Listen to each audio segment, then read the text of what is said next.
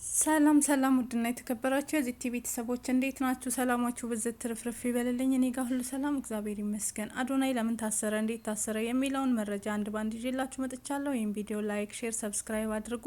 የታሰረበት ምክንያት ታውቋል። ሁሉንም በመረጃ ስሙ ማለት ነው። የአንድ ፖሊስ አባል እንግዲህ ቡኖ በደሌ የምታውቁት ማለት ነው እሱ የህግ ውስጥ እንደሚሰራ ታውቃላችሁ ማለት ነው። እና እሱ መረጃውን አውጥቷል ማለት ነው። ሁሉን ነገር እስኪ ስሙ አብራችሁ። በጣም ያሳዝናል። የሰው ልጅ እንዲህ ነው በቃ። ኢትዮጵያ ክፋታችን እስከዚህ ጥግ ነው። ፍትህ ለአዶናይ ማለት አለብን ሁላችንም። ለአዶናይ ፍትህን ጠይቅ። በእርግጠኝነት ነው የምነግርህ፣ ልጅነት ስላለበት እንጂ ክፉ ሰው አይደለም። እንግዲህ ዛሬ ነው እናንተ የሰማችሁት። እኔ ልታሰር በቃ ፋይናሊ ላይ ስደርስ እኔ መረጃ ነበረኝ። ልምከረውና ወንድማችን ነው ለመንሱር ስነግረው መንሱር ፖዚቲቭ ላይ አይቶ ፕሊስ እንዳይታሰር ቡኖ በቃ እስኪ ይርዳው፣ ተነጋገሩት፣ ያጠፋ ነገር ካለ እንዲያስተካክል ብሎን ስልክ ሰጠኝ። ስሰጥቶኝ እንትን ሞክሬ ያለው ነኝ። ከዛ ልጁ ኮምፕሊትሊ ብሎክ ሽልማቱን ከወሰደ በኋላ ብሎክ አደረገን ሙሉ በሙሉ ማለት ነው። መልሱ እንዲያስተካክሉ ቀድሞ ካስተካከለ ችግር የለውም፣ ኤቪደንስ ነው የሚሆንለት። በጣም ሞከርኩኝ ግን ስልክ አላነሳም። ይኸው መንሱር አሁን እስር ቤት ገባ የሚባለው ዛሬ ትናንትና ወደ 7 ቪዲዮ ፖስቷለኝ። የእኔ ጥያቄ ምን መሰላችሁ? ከታች ያላችሁትም ምናልባት በዚህ ጉዳይ ላይ እባካችሁን አውዱን ይዛችሁ አውሩ። ኦኬ፣ አውዱን ይዛችሁ አውሩ። እዚህ ጋር የሆነ የግል ጥላቻ ካለባችሁም የሌላ ፖለቲካ ልዩነት ምናምን የዚህ ቤት ስትገቡ ሁል ጊዜ አውዱን ማፍረስ እንዳትፈልጉ። አውዱን ይዛችሁ ተከባብረን እናውራ። እያወራን ያለነው ስለ እንትን ነው።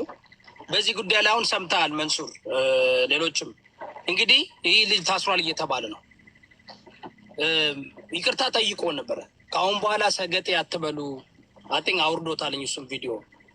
ቆይ እስኪ ካላወረደው ላሰማችሁ። ፖስቶት ብዙ ሰው አይቶት ነበር። አውርዶታል። ንጉሳችን የሚገርማችሁ እንግዲህ መንሱር እዚህ ያለ መጀመሪያ አዶናይ ያረጋቸው ቫይብሶቹ የዲቻ ልጆች፣ ከዛ ደግሞ ተመልሶ እሬቻ ሄደ ያረጋቸው እንቅስቃሴዎች እኔ በጣም ደስ ብሎን አንድ ነገር ቃል ገባንለት። እኔ ቃል ከመግባቴ በፊት የእውነት ለመናገር ከሆነ ባህልና ቱሪዝም ቢሮ ደውዬ ነበር፣ ማቃቸው ሰዎች ስላሉ ማለት ነው። እና ይሄን ልጅ የባህል አምባሳደር ብናደረገ ምናምን ሲል ፕሮፖዝ አደረኩት። እኔ ሪኮመንድ ሳደርግ ኦኬ አሉን። ከዛ መንሱር ጋር ገብቼ ቃል ገባውለት። በቃ በጣም ደስ ብሎኛል፣ በዚሁ ቀይ ጥላ አዶናይ ፕሊስ፣ ደግሞ ፕሊስ ተጠንቅቄ ተንቀሳቀስ ምናምን ነገር አልኩት። እዛኔ ነው እንግዲህ እሬቻ ሄዶ ስመጣ ማለት ነው የዲቻ ልጆች ጋር የዲቻ ቦይ እነዛ ነገር በሚያደርግበት ጊዜ ደስ በሚል ሁኔታ እንትን ላይ ነው የነበረው ልጁ። በዛ ልክ ቃል ገብቼለት ልክ ከዛ ምን ተፈጠረ መሰላችሁ? አየር ኃይል ገባ፣ የሆነ እንትን አደረገ። እሺ እሱ አይጠየቅም፣ ኢንቫይት ያደረጉ ሰዎች ይጠየቃሉ ተብሎ እነሱ ተጠይቋል። ታስሯል፣ 3 ሰዎች ታስሯል። ከዛ በኋላ ይሄን ልጅ ልምከረው ብዬ ስልክ ወሰድኩን። ሀቅ ነው የምነግራቸው። ከዛ ስልክ ወሰድኩ፣ ከመንሱር ስልክ ወስጄ ደወልኩለት። ስደውል ቡኖ ነኝ አልኩት። መሴጅ ጻፍኩለት በተደጋጋሚ ደውዬ ማለት ነው። ከዛ ብሎክ አደረገኝ። በቃ ማለት ስልክ አያነሳም፣ ቴክስትንም አይመልስም። እንደውም መንሱር እንደውም ይፈልጋል እየፈለገ ነበረ ምናምን ሲለኝ በቃ እሺ ብዬ ከዛ ብሎክ አደረገኝ። ሜሴጅ ጻፍኩለት ዚስ ኢዝ ፋይናል ብዬ ማለት ነው። ፕሊስ ልምከር እያልኩት። ለምን በጣም ፋውሎች በዙ፣ ፋውል በዛበት እዛኔ። ከዛ እንግዲህ ዛሬ ነው እናንተ የሰማችሁት። እኔ ልታሰር በቃ ፋይናሊ ላይ ስደርስ እኔ መረጃ ነበረኝ። ልምከረውና ወንድማችን ነው ለመንሱር ስነግረው መንሱር ፖዚቲቭ ላይ አይቶ ፕሊስ እንዳይታሰር ቡኖ በቃ እስኪ ይርዳው፣ ተነጋገሩት፣ ያጠፋ ነገር ካለ እንዲያስተካክል ብሎን ወላሂ ነው የምላችሁ። ፖዚቲቭሊ መንሱር ስልክ ሰጠኝ። ስሰጥቶኝ እንትን ሞክሬ ያለው ነኝ። ከዛ ልጁ ኮምፕሊትሊ ብሎክ ሽልማቱን ከወሰደ በኋላ ብሎክ አደረገን ሙሉ በሙሉ ማለት ነው። ፋውሉ ደግሞ ከዚህ ሲሄድ እናንተ አታውቁም። ሰው ሲንቀሳቀስ ብዙ ነገር ነው። ኢትዮጵያ መረጃና ደህንነት እያንዳንዱ ነው የሚከታተለው። እያንዳንዱ ኢትዮጵያ ውስጥ ያለው 130 ሚሊዮኑ የምታወራው ነገር ይሰማል፣ ይታወቃል። እያንዳንዱ አሁን ሴኪሪቲ ሀይ ነው ኢትዮጵያ ውስጥ ማለት ነው። የኔትወርክ የመረብ ደህንነቱ ኔትወርክ በጣም ከፍተኛ ነው። የሚገርማችሁ ማለት ነው። በዚህ ልክ ይሄ ልጅ አክሱም ሲሄድ ምን እንደሚያወራ ምን ኧረ ይሄ ልጅ በቃ እኔ የማደርገው ነገር ስጠፋ ሜሴጁን እዚህ ላይ ዲስፕሌይ ላደርግላችሁ እችላለሁ። ፕሊዝ ዲስ ኢዝ ፋይናል ስልክህን አንሳ እንዲያስተካክል ነው። ለምን የሆነ ነገር በቪዲዮ እዚህ ፌመስ የሆኑ ሰዎች በቪዲዮ የሚያወሩት ነገር በዛው እንድመልሱ እንዲያስተካክሉ። ቀድሞ ካስተካከለ ችግር የለውም፣ ኤቪደንስ ነው የሚሆንለት። በጣም ሞከርኩኝ ግን ስልክ አላነሳም። ይኸው ቡኖ ይቅርታ ታች ሆቴል ሰው ስለቀጠርኩኝ 10 ደቂቃ ላውራቸውና ተመልሼ ወይ ሚዩት ላርገውና ቪዲዮ አጥፍቼ እንትን ልበል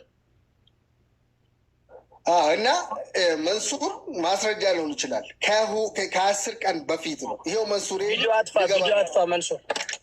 መንሱር ቪዲዮን አጥፋው ስትፈልግ። ኦኬ እና ይሄ ልጅ ሊገባ ነው። ስለዚህ ፕሊስ መንሱር ምናምን ብዬ በቃ መንሱርን ፖዘቲቭሊ ሞክረናል። ልጁ የለም። ዛሬ ግን በቃ ተይዘዋል።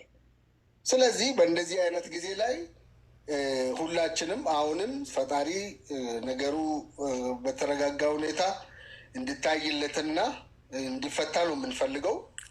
ያጠፋቸው ጥፋቶች አሉ። 4 አይነት እንትኖች እንትን በተባለበት በራሱ ጊዜ የሚወጣ ይሆናል መረጃ። ያን ሁሉ ነግሬው ከዚህ በፊት ወደ እስር ከመግባቱ በፊት በተጠርጣሪነት ከመያዙ በፊት ለመረጃ ትፈለጋለህ ተብሎ ተደውሎለት ሲመጣ ደግሞ ተንቀጥቅጦ እንደዚህ ይሄ ነገር ከመከሰቱ በፊት የምገርመው ማለት ነው he was vibrating በቃ ሲያዝ ማለት ነው። በጣም ነው የተንቀጠቀጠው ሰው። ለምን እንደዚህ ይሄ ከመሆኑ በፊት ሞክሬያለሁ ነው I did my best። በነገራችን ይሄ ማለት ነው ወደ አንድ ትግራይ አክቲቪስት ተናግራለች እኮ ረጋ በል ምናምን ብላ አስጠንቅቀዋለች። የሆነች ፖለቲከኛ እንደውም ሪከርዳ በጣም ሲዘዋወር ነበረ። ረጋ በል ተረጋጋ፣ ጥሩ አይደለም ምናምን ብለው ነበረ እና ብዙ ነገር ተነግሮታል። እና እስኪ ወገኖች አንደኛ የሀገሪቷን ሕግ ስለምናውቅ እኛ ጠንቅቀን ስለምናውቅ በሀገሪቷ ሕግ መሰረት እሱን ለማዳን ነበር ስንናገር የነበር ነው። አንደኛ ትውልዱ እንዲድን፣ አንደኛ ማህበረሰቡ በዚህ ደረጃ ስግጥ ፍምስ የሚል አይዲዮሎጂ ላሰማችሁ። ከዛ በኋላ ወደሚቀጥለው ሰው እንሄዳለን። ቅልብ ማለች፣ ጓልሰገን ማለች፣ ሙነር ማለች። አዳምጦ ይህን ነው። እሺ አሁን ይህ ልጅ መጀመሪያ ቪዲዮን አስወርዶ መንግስት እንደሚፈልገው አስወርዶ ምን ብሎ ግን እዩ ጩፋ ጋር ከሄደ በኋላ ሌላ የማበረታታት እንትን ያገኘው። ከዛ ሞር እንትኖችን መስራት ጀመረ። ሞር እንትኖችን እንዳለው ቡኖ በደሌ ኢትዮጵያ ውስጥ መንግስት በጣም ይከታተላል። እንደምታስቡት አይደለም። አሜሪካ አይደለም፣ ካናዳ አይደለም። ነገሮቹ በህግ ሀገሪቷን በሀገሪቷ ህግ ነው ማየት ያለባችሁ። ልስን አዳምጡ። ጭራሽ ከአማርኛ ወጥቶ ለሞላ በእንግሊዝኛ ሰርቶ ለማስተዋወቅ የሄደበትን ሞክሩ። ይህ ትናንትና ከመታሰሩ በፊት ያደረገው ነው። እንግዲህ አዶናይ የታሰረበት ማለት ነው እንደሰማችሁት በ4 ነገሮች ተጠርጥሮ ነው። ተጠርጥረሃል ተብሎ ተደውሎም ተጠርቶ ነበረ። ከሄደ በኋላ ነው እንግዲህ የታሰረው ማለት ነው። ለጥያቄ ትፈለጋለህ ተብሎ ተወስዶ እንደታሰረ ነው የተነገረው። 4 ነገሮችን ያጠፋ። ሲቀጥል ደግሞ ጭራሽ በአማርኛ አንሶት በእንግሊዘኛ ሁሉ ሰግጥ ፈምስ የሚለውን ለማስተዋወቅ እንግዲህ የሰራው ቪዲዮ ነበረ። እሱም ተጨማሪ ሆኖ እንዲሁም ደግሞ ከዚህ በፊት እንግዲህ ጦር ኃይሎች ጋር ሄዶ ያደረገውን ንግግር ማለት ነው ሰግጥ ፈምስ እሱ ሳይሆን እሱ ተጠይቆ ነበረ። ከዛ አንተ ተጠያቂ አይደለም ተጠያቂ የሚሆኑት እነዛ ናቸው ተብሎ 3 ሰዎች በሱ ምክንያት የታሰሩ አሉ። እሱን ጠርተው እና መልእክት እዚህ ጋር አስተላልፍ ብለው ያቀረቡት ሰዎች እንግዲህ በቁጥጥር ስር ውለዋል። እነ መንሱር ጀማል እንዲሁም ደግሞ ዩዳብ የተለያዩ ሰዎች እንግዲህ ለሱ ድምጽ እየሆኑ ነው፣ እንዲፈታ እየተባለ ነው። እንዲሁም ደግሞ ቡኖ በደሌ ታቁታላችሁ እንግዲህ ያው ዋና እንትን ነው ህግ ውስጥ የሚሰራ ሰው ነው ማለት ነው። እሱ መረጃውን አንድ ባንድ ያቃልና እንዳይታሰር መላምት ሊሰጠው ነበረ። እሱ ደግሞ ብሎክ በማድረጉ አዶናይ ማለት ነው የመጨረሻው ይሄ ሆነ ማለት ነው። እንግዲህ ፈጣሪ ያውጣው ነው የምንለው፣ ሌላ ነገር አይደለም። የእውነት እኛ ሀገር ማለት ነው ትንሽ የሆነ ሰው ከታየ የሆነ ሞቅ ሞቅ ካለ መጨረሻው አያምርም። ብዙዎች ሲናገሩ ነበር፣ ረጋበል ሊያሳስሩህ ነው፣ ከአንደበትክ እየለቀሙ ነው፣ የምታወራቸውን አስብ ምናምን ሲባል ነበረ። እንግዲህ መጨረሻውን ያሳምርለት ማለት ነው። በጣም ያሳዝናል። አዶናይ ያሳዝኑናል። እንግዲህ ይሄ ነው ያለው ነገር። ከባድ ነው በጣም እውነት። ፈጣሪ ያውጣ ወንድማችን። ያው ሌላ ምንም ማለት ስለማንችል ስላለበት እንጂ ክፉ ሰው አይደለም። ጥፋትም ይህን ያክል እንግዲህ ያው ከዚህ በኋላ መንግስት አንድ ግለሰብ ሲያስር ድሮ ዝም ብሎ አስሮ ነው የሚያጣራው። በዚህ ዘመን ግን አስሮ አጣርቶ አስሮ ከዛ ደግሞ ጥፋት ካለበት ጥፋተኛ ብሎት ምናምን ነው የሚያደርገውና እየሱን ይሄ ነው ብዬ ኮሜንት ማድረግ አልችልም። ነገር ግን እየመጣ ያለው ትውልድ አሁን 3500 ሰው ነው የሚያዳምጠ። ይሄ 3500 ሰው እዮዳብ ቀላል ቁጥር እንዳይመስል። 3500 ይቅርና 500 ሰዎች ወንበር ላይ ቁጭ ብሎ አንተ መድረክ ላይ ወጥተህ ስትናገር እንዴት እንደሚያስፈራ እንዴት ብዙ እንደሆነ እና 3500 ሰው ቀላል ፊገር አይደለም ልልህ ብዬ ነው። በሶሻል ሚዲያ እና ሶሻል ሚዲያ እኔ ሁሌ የማስበው ገጸ በረከት ነው ብዬ ነው የማስበው። ገጸ በረከትን ደግሞ ፈጣሪ የሰጠህ ነገር ስለሆነ ተጠንቅቀህ ነው መናገርም መስራትም ማድረግም ያለብህ። እዮዳ አዶናይ ላይ ያየሁት ሚስቴክ ምንድን ነው?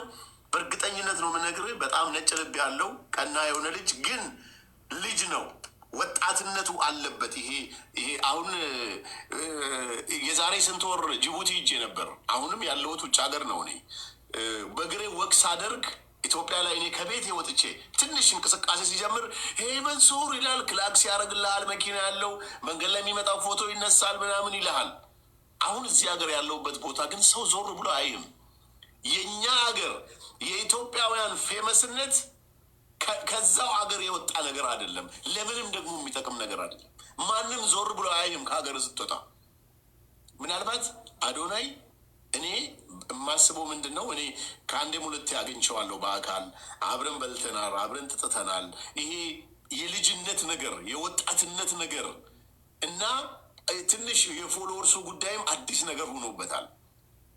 ከዛም ደግሞ ትንሽ ሆይ ምናምን ነገር ሲሉት በቃ ይሄ ልጅነቱ አለ አይደለ? እሱ ነገር ነው ብዬ ነው የማስበው እኔ። ከዛ በተረፈ ግን ሌላ ሚሽን ያለው ሰው ክፋት ያለበት ሰው ደግሞ ችግሩ ምንድን ነው? በሶሻል ሚዲያ በቀጥታ ወይ በምትሄድበት ሰዓት ነገሮቹ ያው እኛ ሁላችንም እንደምናውቀው ነው። ስሙዝሊ ስትሄድ የሚሆን ነገር ብዙም ነገር የለም። ያንን ወይ ግን ይዞ ሲመጣ ፎሎወርሱ እውቅናውን በአንድ ቡ ማድረግለት። በቃ እንግዲህ የሰው ልጅ የልጅነት ጉዳይም መመከርም ስላለበት ለበጎም ነው። ደግሞ አንዳንዴ መታሰርን ከፈጣሪ በረከት ጋር ማገናኘትም ጥሩ ነው። ለምን ፈጣሪ ከሆነ ነገር ከበር ሊያደርገው ይሆናል። በነፍሱ የመጣ ነገር ሊኖር ይችላል።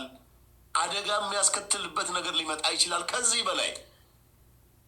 ስለዚህ ከልጅነት ጋር የመጣ ካልሆነ በስተቀር ክፋት ምንም ነገር የለም።